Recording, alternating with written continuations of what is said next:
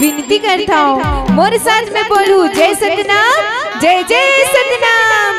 दोनों हाथ ऊपर करके तब एनर्जी आई और अच्छा लगा। ठीक है, आप मन तैयार हो? आप मन तहाने आवाज नहीं आती का? आप मन तैयार हो? चलो तब जय सतनाम जय जय सतनाम जय सतनाम। बहुत सुंदर, चलो सुनते। हंसा उड़ जाए जो लछिन मारे,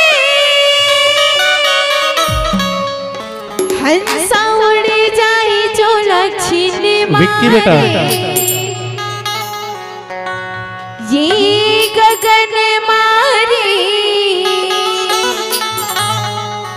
ये पवन मारे, हंसा उड़ जाए जो लछिन मारे। चलिए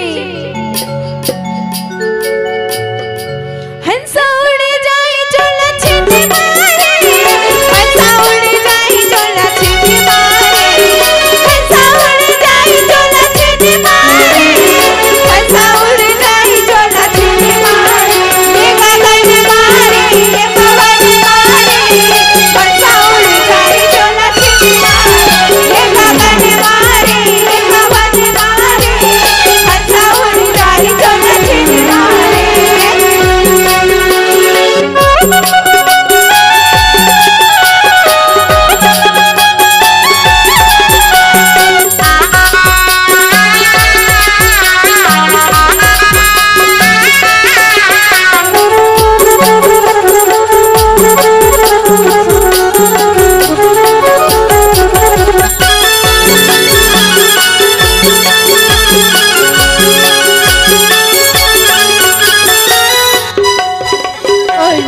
आगे की लाइन में क्या है जरा ध्यान से सुनिए।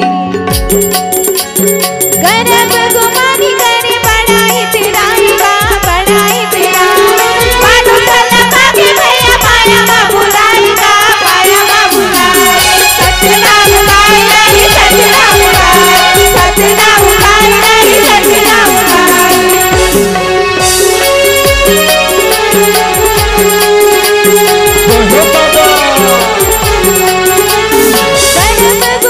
करे बड़ाई तेराई का, बड़ाई तेराई मानो सलमा के भैया पाया बाबूलाई का, पाया बाबूलाई। अधर के नहीं जिन्हें दिन मारे, हंसा उड़ जाए जो लछिन मारे, अधर के नहीं जिन्हें दिन मारे, हंसा उड़ जाए जो लछिन मारे, ये गगन मारे, ये पवन मारे, हंसा उड़ जाए जो लछिन मारे, ये गगन मारे, ये पवन मारे, हंसा उड़ जाए जो लछिन मारे।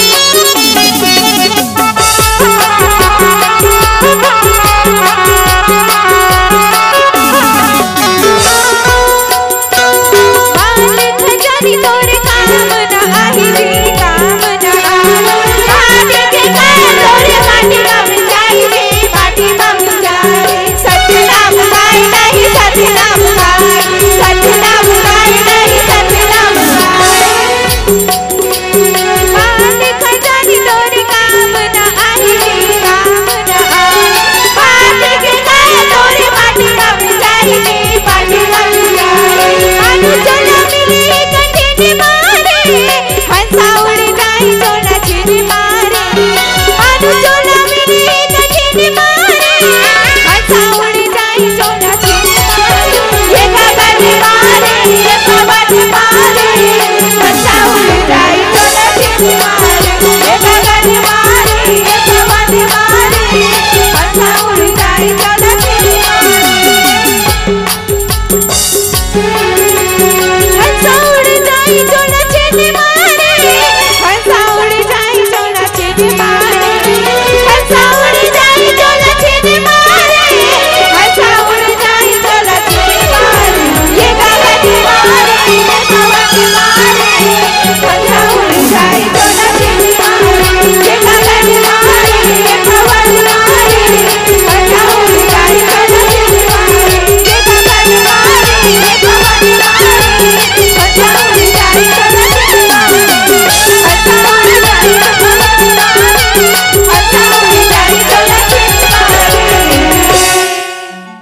संगवारी हो आप मन ला ये वीडियो हा बने लागे होही तो ये वीडियो ला लाइक करहू, कमेंट करहू और शेयर जरूर करहू।